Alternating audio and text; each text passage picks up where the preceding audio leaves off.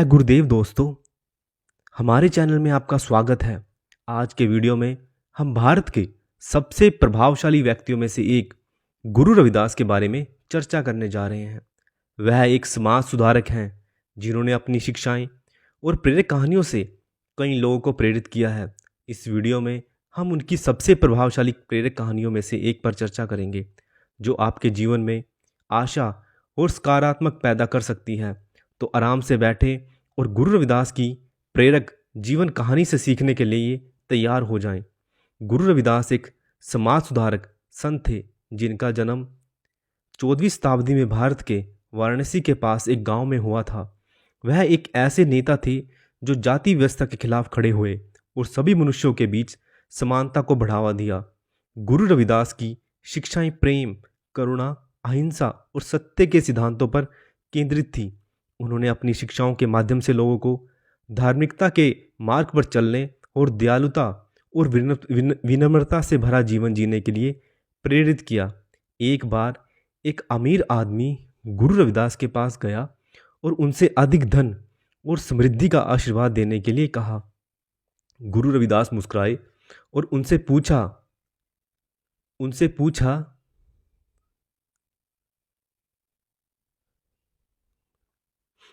गुरु रविदास मुस्कुराए और उनसे पूछा, तुम और अधिक धन क्यों चाहते हो? अमीर आदमी ने जवाब दिया, मैं अपने परिवार के साथ एक सुखी और आरामदायक जीवन जीना चाहता हूँ।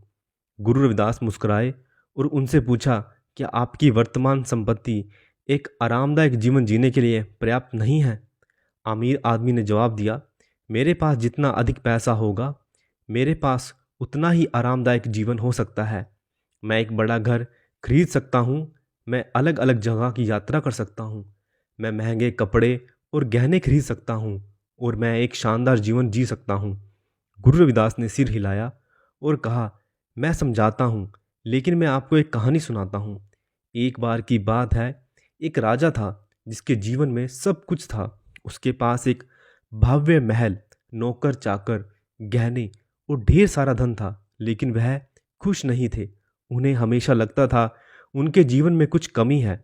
एक दिन राजा ने गुरु रविदास के बारे में सुना और उनसे मिलने का फैसला लिया। जब राजा सतगुरु रविदास के महाराज के पास पहुंचा तो उन्होंने गुरु रविदास से पूछा, मेरे पास जीवन में सब कुछ है लेकिन फिर भी मैं खुश नहीं हूँ, मुझे क्या करना चाहिए?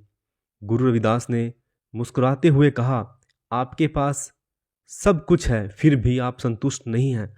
समस्या आपके धन की नहीं है, समस्या आपके मन की है।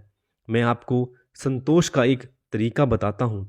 गुरु रविदास राजा को पास की एक झील में ले गए और उनसे अपना प्रतिबिंब देखने को कहा।